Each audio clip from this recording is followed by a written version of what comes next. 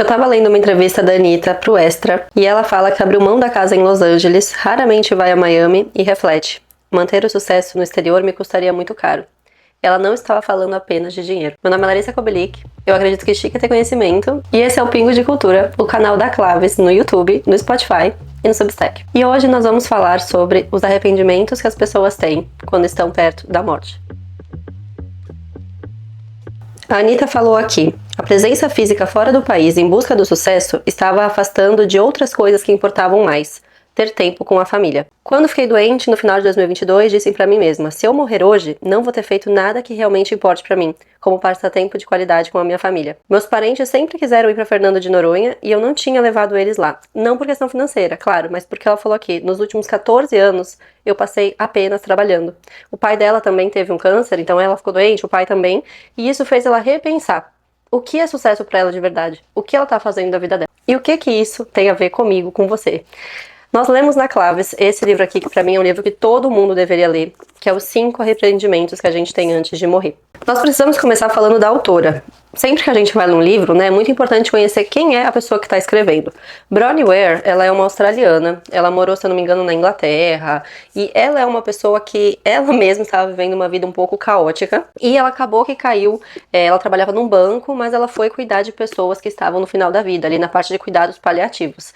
Então, ela teve acesso a muitas pessoas ali ao longo da vida dela que estavam se questionando: o que eu estou fazendo da minha vida? O que eu fiz? Que conselhos eu daria para quem ainda está vivendo? Esse livro foi o último livro que a gente leu no ano passado, em 2024. Foi de propósito que eu escolhi, que era justamente final de ano. A gente faz aquela reflexão, né? O que eu tô fazendo da minha vida? O que eu quero pro próximo ano? Então a gente tá chegando perto, né, do final do ano, então eu resolvi trazer isso aqui para vocês também.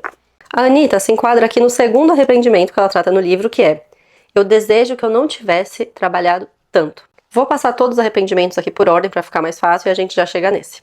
E uma coisa muito importante, que já é a primeira sapatada aqui, o creu que eu falo, que eu vou dar pra vocês já nesse vídeo. A gente tende a pensar que o final da vida é quando a gente tá velhinho, né? E aqui no livro você vê casos de pessoas jovens que estavam ali num leito de morte.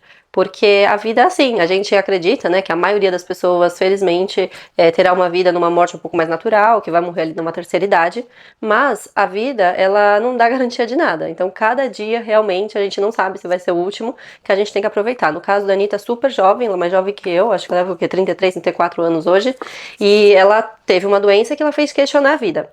A gente é inteligente o suficiente para não esperar acontecer nada ruim com a gente, pra gente fazer esses questionamentos e ver o rumo que a gente está dando para nossa vida. Então vamos lá? Vou trazer aqui as notas que eu fiz para o clube de leitura, que eu acho que são interessantes comentar com vocês. O primeiro arrependimento é: eu gostaria de ter tido coragem para viver uma vida fiel a mim mesma. Nesse capítulo é uma reflexão de quantas decisões a gente faz na vida e quantos rumos a gente toma por agradar os outros, por querer fazer o que está no playbook da vida, né? Sem se questionar muito, ou às vezes nos questionando, mas sem coragem de bancar as nossas escolhas. E aqui ele conta um caso da Grace, então ela vai contando o caso de várias pacientes dela. Ela conta o caso da Grace, que se casou com um cara que era um tirano. E esse senhor, né, o marido dela, quando chegou na terceira idade, ficou doente, teve que ir para uma casa de repouso, e ela, enfim, se sentiu livre. Enfim, ela falou: meu Deus, agora eu vou conseguir respirar. Não teve coragem de se separar, né, ao longo da vida dessa pessoa que não fazia bem para ela. E o que aconteceu é que quando ele foi para casa de repouso e ela se sentiu livre, ela percebeu que, na verdade, ela descobriu que ela também estava doente, pior que ele. Então, ela estava ali nos cuidados paliativos, nos últimos momentos da vida dela, e ela fala: o que eu fiz da minha vida? E ela conta que ela manteve as aparências, né? Ela não queria se separar, e porque tem filho, e por causa disso, por causa daquilo, mas ela teve uma vida que não foi feliz, ela não fez o que ela queria fazer, e ela fala, né, pra autora, pra Bronnie: não cometa o mesmo erro que eu cometi. A Bronnie mesmo também, ela gostava muito de música, por exemplo, mas ela tinha medo de ser a ovelha negra da família, né? Quando tá todo mundo seguindo aquelas carreiras tradicionais, você virar e falar que quer ser artista, que quer fazer música, ou você virar e falar que não quero ter filho, não quero casar, a gente se sente um pouco a ovelha negra da família, mas já tá ficando um pouco mais normal, mas eu sei que ainda tem muita gente vivendo essa vida que sabe que não é pra ela, sabe que não é pra aquilo que ela foi feita feliz, né? Eu acho um parênteses também necessário. Nós também somos adultos e a gente tem que se fazer responsável pelas nossas escolhas, né? Então, a partir do momento que a gente decide enfim, ser adulto e seguir um sonho, a gente tem que arcar também com as consequências desse sonho e vir com tudo, né? Não quer dizer que vai ser fácil porque é nosso sonho, mas viver requer coragem. Nesse capítulo também, ela fala um pouco sobre como o ambiente pode nos afetar. Conta o caso do Anthony, que ele teve um acidente com 30 anos, ele foi para uma casa de repouso, no final ele era a pessoa mais jovem daquela casa, e ele foi totalmente contaminado pelas outras pessoas que realmente já estavam mais no final da vida. Ele não precisava estar naquela mentalidade finita, né? Ele poderia ter avançado, poderia ter melhorado, mas ele deixou se contaminar pelo ambiente. E a Brownie também conta um caso pessoal dela ali, que ela fala que ela teve um caso com drogas, né? Também muito pelo ambiente. Quando ela mudou o ambiente, ela também mudou como pessoa. Então, a gente sabe, né? Como o ambiente interfere a nossa vida, nossas escolhas, o que a gente pensa. Então, é importante estar atenta. E tem uma frase que eu adoro, que é: como é importante ter coragem para viver a vida que seu coração deseja. Talvez era isso que você estava precisando escutar hoje. O segundo arrependimento é o arrependimento que a Anitta se enquadra, né? Que ela estava sentindo. Que é: eu gostaria de não ter trabalhado tanto. Aqui conta a história do John, que era casado com a Margaret. O John nem gostava do trabalho dele, mas ele se importava muito com o status. Ele se importava muito com o fato, sabe, de ser importante. Quando ele crescia no trabalho, ele se conectou com aquela identidade de alguém importante no trabalho. E ele queria sempre trabalhar um pouco mais para ter um pouco mais de dinheiro, mesmo já tendo uma vida cômoda. E a Margaret falava para ele: se aposenta, pra que seguir trabalhando? A gente já tá ok, não precisa de mais. Acabou que ele, depois de muita insistência da Margaret, aceitou parar de trabalhar, mas ele ainda falou: aceito mais daqui ainda 1 ano. E nesse 1 ano descobriu que a Margaret estava doente. E a Margaret veio a falecer. E aqui ele fala: eu dei menos tempo para o que realmente importava, a mulher e os filhos, a família. Esse capítulo também faz uma reflexão. Por que a gente depende tanto do material para se validar? Por que a gente quer sempre ter o carro melhor que o de alguém? A casa maior, uma casa maior precisa de mais coisas, mais dinheiro, é tudo mais caro. Então, no final, não dá pra gente viver pensando que trabalhar não é importante. Claro que é. No final do dia, todo mundo tem conta para pagar. Tá todo mundo na luta. Só que é sobre o equilíbrio. Às vezes, no caso da Anitta, ela não precisava de mais dinheiro, ela não precisava de mais sucesso. Então, o que é sucesso para ela hoje? É ficar com a família. E às vezes nós que temos uma condição financeira muito menor que a da Anitta, a gente às vezes também cai no mesmo imbróglio. A gente às vezes quer muito uma promoção para ganhar um pouquinho mais e você não vai ver seus filhos crescer. Vale a pena? E olha essa frase: nós passamos tanto tempo fazendo planos para o futuro, sempre dependendo das coisas virem numa data posterior para assegurar nossa felicidade, ou presumindo que temos todo o tempo do mundo, quando tudo o que temos é a nossa vida hoje. O terceiro arrependimento: gostaria de ter tido a coragem de expressar meus sentimentos. O Joseph era um homem e ele não sabia como demonstrar afeto para os filhos. Então, em um momento, quando ele chegou à terceira idade e doente, precisava de ajuda, ele sentiu que ele não se conectou com os filhos nunca ao longo da vida. Talvez porque ele nem sabia, coitado, às vezes, como fazer, né? Talvez ele também não teve isso, de repente, dos pais dele, ele não sabia como fazer isso com os filhos dele. E eu acho que essa deve ser uma das maiores tristezas da vida, você chegar no final da vida e não ter uma conexão genuína de amor, de carinho, de afeto com as pessoas que você ama, principalmente com os seus filhos. E conta o caso também da Judy. Ela tinha 44 anos, estava numa doença ali terminal, e a família rejeitou ela completamente, porque ela se casou com um cara pobre, um artista, e ela era de uma família muito abastada, e a mãe parou de falar com ela completamente. Bem no final da vida, ela conseguiu falar ali com a mãe dela novamente, e a mãe dela, claro, se arrependeu, né, de não ter demonstrado sentimento pra ela, não ter conversado com ela, e aí elas já tinham pouco tempo juntas, né. Aqui também faz uma reflexão muito importante, que é sobre, embora seja sempre dito que é morrer antes do tempo, não é realmente assim. Todos vamos embora no tempo exato. Milhões de pessoas não estão destinadas a viver uma vida longa. É a suposição de que viveremos para sempre, ou ao menos até uma idade muito avançada, que traz tanto choque e desespero quando alguém tão jovem morre.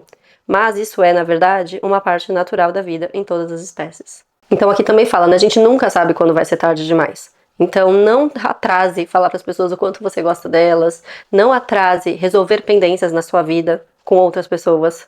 E aqui a Judy falou: se as pessoas não conseguem aceitar a sua honestidade ou reagem de uma maneira diferente do que você esperava, isso não importa. O que importa é que você revelou a ela os seus sentimentos. Todo mundo guarda coisas que precisam ser ditas, coisas que as pessoas querem ou não ouvir. Devemos expressar nossos sentimentos para poder crescer. Isso ajuda a todos de um modo ou de outro, mesmo que eles não percebam. A honestidade, acima de tudo, funciona. No final, a mãe da Judy pediu desculpa para ela e ela ficou com inveja. A situação aqui é: Ela ficou com inveja do que a Judy tinha, né, da coragem que ela tinha de rejeitar a opinião das outras pessoas. Uma coisa que ela mesma não teve coragem de fazer. O arrependimento número 4. Desejaria ter ficado em contato com os meus amigos. E aqui ele fala que a solidão não é necessariamente uma falta de pessoas, né? É uma falta de compreensão e aceitação. Enormes quantidades de pessoas no mundo inteiro experimentam a solidão, mesmo em lugares lotados de gente.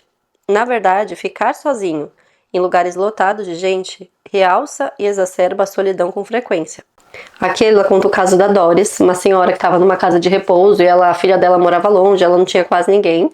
E a Brownie conseguiu achar uma amiga dela pela internet, pelo Facebook, se eu não me engano, para elas se verem por uma última vez, porque ela tinha perdido o contato. Então, ao longo da vida, a gente pode ir perdendo contato com as pessoas. Eu acho que a gente está cada vez mais insuportável como ser humano. A gente está cada vez mais, não tenho paciência para nada, para se conectar com ninguém, para ligar para ninguém. E a gente vai pagar um preço muito caro por isso ainda. Conta o caso também da Elizabeth, que tinha 55 anos e viveu um problema de alcoolismo. Não era, né? Acho que o alcoolismo não era a razão da doença dela, mas era um problema que ela teve. E com isso a família afastou ela dos amigos dela, né? E ela fala que não deixa a vida ser um obstáculo. Dê um jeito sempre de saber onde eles estão, os seus amigos, e deixe saber que você gosta deles. E não tenha medo de ser vulnerável com seus amigos. A Elizabeth falou, eu perdi muito tempo não sendo capaz de deixá-los saber a ruína que eu era. E a gente tem que entender que quando a gente está aposentado e nossos filhos estão criando os filhos deles, né, ter amigos é ainda mais importante. Conta o caso aqui do Harry, que ele tinha um filho super controlador, e o Harry falava da importância de encontrar esse equilíbrio para ver os amigos ainda. Tem diversos estudos que comprovam que o que mantém a vida longa são as amizades, a relação com as pessoas. E o Harry falou, faça isso mais por você mesmo do que por eles. Nós precisamos dos nossos amigos. O arrependimento 5. Desejaria ter me permitido ser mais feliz. Conta a história da Rosemary, que tem 80 anos. Ela era uma executiva e apanhava do ex-marido e não conseguiu se livrar daquilo. E aqui a Brownie fala para Rosemary. A felicidade é uma escolha. Uma escolha que eu tento fazer todos os dias. Em alguns dias eu não consigo. Como você, tive uma vida difícil também. De modos diferentes, mas ainda assim duros. Mas em vez de ficar me detendo no que está errado, e com a dificuldade que a vivi, eu tento encontrar a dádiva de todos os dias e apreciar o momento que eu tô vivendo o mais que eu posso. A Cat, que é outra história que ela tem aqui de 51 anos, também super jovem, estava no final da vida, e ela falou, todo dia sempre foi uma dádiva, mas só agora, quando estou reduzindo a minha marcha, é que eu estou vendo a enorme quantidade de beleza que cada dia nos oferece. Nós podemos ser tão indiferentes à rotina, às coisas que estão à nossa volta. Às vezes a gente está dirigindo e a gente nem vê aquela árvore bonita, as pessoas no caminho, a mãe abraçando um filho. É fácil demais querer sempre mais da vida. E isso é bom até certo ponto, já que expandir quem somos é uma parte de sonhar e crescer. Mas já que nós nunca teremos tudo o que queremos, nem estaremos sempre crescendo, apreciar o que já conquistamos ao longo do caminho é a coisa mais importante. Esse foi Os 5 Arrependimentos que as Pessoas Têm Antes de Morrer, livro que a gente leu na Claves. E se você acredita que hoje a leitura não cabe na sua vida, não tem espaço para ler, se propõe esse desafio, né? A gente na Claves hoje tem o clube de leitura e eu já li, não sei, 20 livros esse ano quase, e eu não teria lido se eu não tivesse um clube de leitura que me dá aquela sensação de que, nossa, eu tenho uma data para cumprir, eu tenho uma responsabilidade, eu gostaria de entrar naquela aula para conversar com as pessoas sobre aquele livro. Então esse livro é maravilhoso, eu recomendo, dê de presente para alguém, e o mais importante, né, ler é fácil, mas reflita, como que isso pode entrar na sua vida? Que mudanças você pode fazer? Aproveita que a gente já tá aí entrando em novembro, daqui a pouco dezembro, final de ano, mas é a sua vida e passa rápido e a gente nunca sabe se a gente vai ter mais um dia, mas eu espero que quando o nosso momento chegar, a gente olhe pra trás e veja que a gente teve a vida que a gente quis. Esse foi mais um capítulo do Pingo de Cultura. Não se esqueça de inscrever no YouTube, no Substack, no Spotify e seguir a Claves no Instagram. Meu nome é Larissa Kobelik e juntas a gente pode fazer o mundo um lugar melhor. Bye, bye!